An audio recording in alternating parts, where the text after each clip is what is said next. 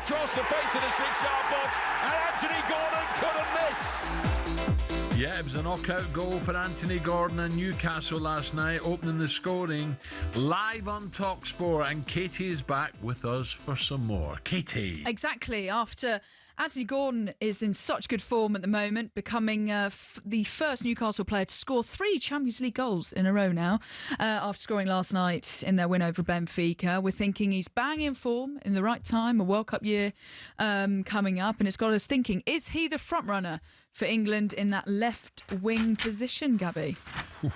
Oh, I think he has to be on current form, but I know someone who's pushing him hard. That's Marcus Rashford. 2 goals last night. That's 4 Champions League goals for him. He's in the form of the last 3 years, and he's enjoying his football now, Marcus. But all Anthony Gordon can do is keep putting these performances, keep scoring goals, like you says there, 3 in a row in the Champions League. Can he try and get more goals in the Premier League as well? But when you look at the squads that Thomas Tuchel's been picking, he's in there. He's starting games. So I don't see that changing really between now and the summer. Well, Anthony Gordon, started the last 3 England games under Thomas Tuchel, scored in his last game for England too. So, Alan, who starts for you in that left-wing position, Gordon or Rashford? I think a lot can happen, to be honest, Katie. You know, you look at Palmer, Foden, Gordon, Rashford, is there room for... there's 4 top players there. I think it's all down to form at the time when he picks his squad and injuries and stuff like that. So I wouldn't get too carried away just yet. But Rashford, as we spoke about earlier, Gabby and I, he went there and everyone was saying he's washed out, it's over, Yes. It's gone. And he had the balls, let's be honest, to go to somewhere like Barcelona and say, no, I'm good enough. And he's proven it now. So I take my hat off to him, I really do. Yeah, he scored 2 for Barcelona last night, and then scored 4 goals in 3 Champions League games. Gabs, if you were the striker, who would you rather have on the left? Oh, what a question that is. What do they offer you in terms of service, for example? I think with Rashford, you're probably going to get he's going to want to cut in and take more shots off. So I'll probably say Gordon as a striker, because I think you'll get more crosses into the box, maybe a bit more unselfish. Rashford likes to creep into that centre-forward position and cut inside, and we know what he can do from outside the box. But what a problem to have. And let's not forget Jack Grealish, who's started the season off very well as well. You've got Eze off that side as well. But Marcus Rashford, for me, when you're doing it at a club like Barcelona, I think he's got 5 goals, 5 assists in 12 games so far for Barcelona. If he continues that sort of form, then it's going to be hard to choose for Thomas Tuchel. Where does that leave Eze and Grealish then? For example, Grealish only scoring 4 goals in 41 games for City and Everton. So you feel as though Grealish, out of those 4, has the most to do to have a chance to be at the World Cup. 100%, and he'll know that. He will know that he's got to be at it. He'll be frustrated that he missed the game on the weekend against Manchester City. Obviously, because he used to play for them, he couldn't play because he's at Manchester City and he's on loan and he couldn't play in that game. But he'll know he's got a lot of work to do. He'll know that he needs to score more goals, and that's what he will do. He started the season off very well, and he won't give up on that World Cup spot. He won't, Katie. Knowing him, he'll be doing everything he can to be on that plane. Jack's more of, you look at Rashford, direct, Gordon, pace, direct. Jack's opposite. Jack's a ball carrier, isn't he? Yes. You know what I mean? So it's an interesting one for Thomas Tuchel to decide what he needs for the balance of the team. Like Alan says, a lot can happen. Injuries. How many times have we seen tournaments where players are in great seasons and get injured, and you're like, oh, he's not going to be right. Players can be in form now, but then they might go 10, 15 games without a goal. So a lot will change now. Do you think it's Gordon and Rashford's to lose then on the left? I think if they continue form like they're doing this season so far, then definitely one of them will start 100%. But if you're Grealish, if you're Eze, who wants to play on that left-hand side, prefers it over there, and there's other players, Foden will want to get into it, Palmer.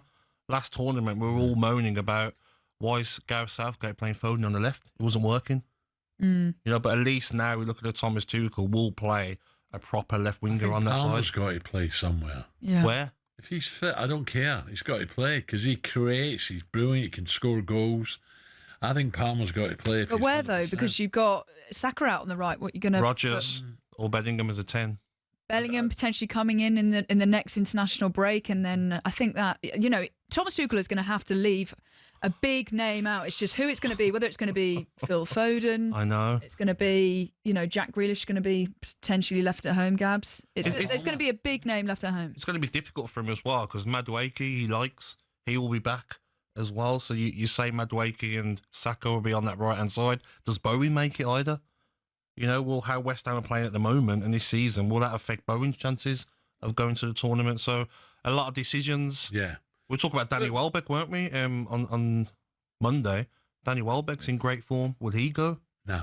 He was asked that, and actually he said, I'm focusing on Brighton. Because think of how many people he's got ahead of him at the age that he is, with all I due doubt respect. it. But listen, he just wants to enjoy himself with Brighton, scoring goals in the Premier, fantastic.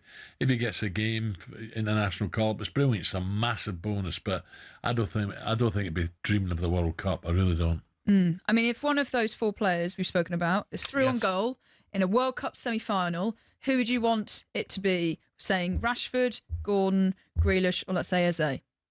I'll say Rashford. I think Rashford's the best goal scorer out of all of them because even Gordon likes to miss chances. His Premier League record's not great since he's got to Newcastle. Will he work harder getting back though, Gordon? Oh, of course, yeah. But the question Katie says, I'll say Rashford. Rashford's the goal scorer out of all of them. What about you, Katie? What do you think? I think Marcus Rashford has that creative flair that in the last moments of a game can just switch on. I think he's also got a few more levels to go. So Totally agree. So Top player. And see, but lots of problems for Thomas Tuchel. Well, that's what he gets paid for. Katie, back tomorrow? Yes, back tomorrow. Have a nice day. Thank you. Thank you. Katie.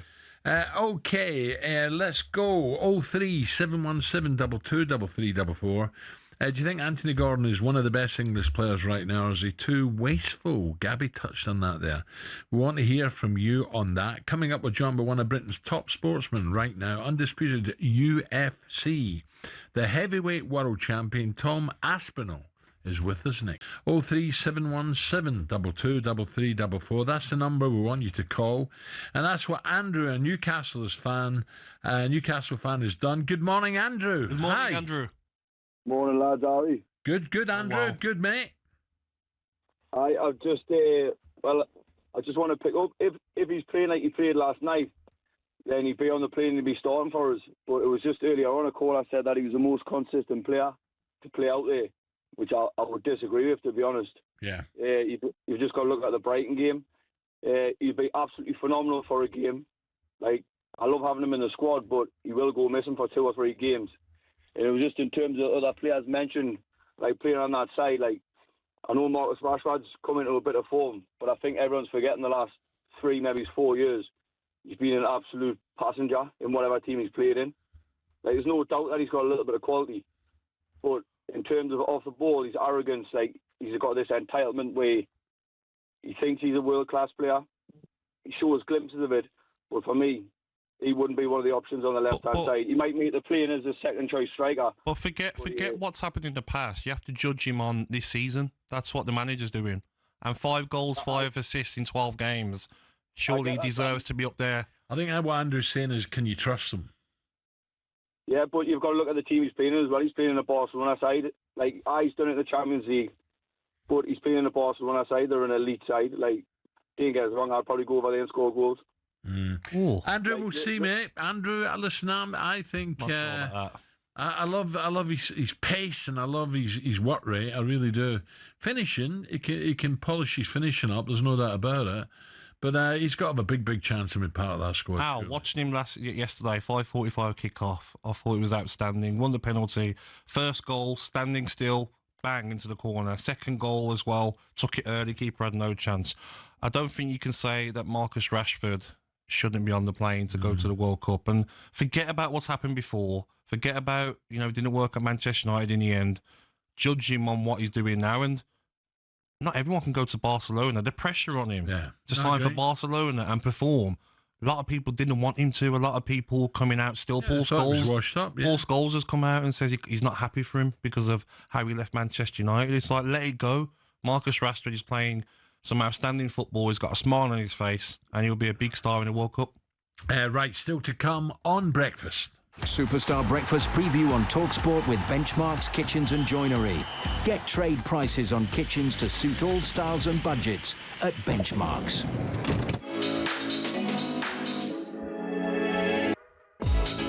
Now, we still have plenty to bring you in the last hour of the show. Spurs and Chelsea Ledge. Glenn Hoddle will be with us to tell us whether Spurs' recent form is concerning. We'll also be joined by the man that produced this moment. Pesca Solido and Seaman, what a magnificent save! Breathtaking! Well, he's done that a few times, hasn't he? That's right, former Arsenal England goalie David Seaman, big Leeds fan, will tell us whether Gyökeres proved last night he can be a 20-goal-a-season striker for the Arsenal. And Millwall manager Alex Neil, well done Alex, doing really, really well at the moment, will tell us if he thinks they can be in a higher division than West Ham United next season. That was a look ahead. We're good friends at Travis Perkins. talkSPORT.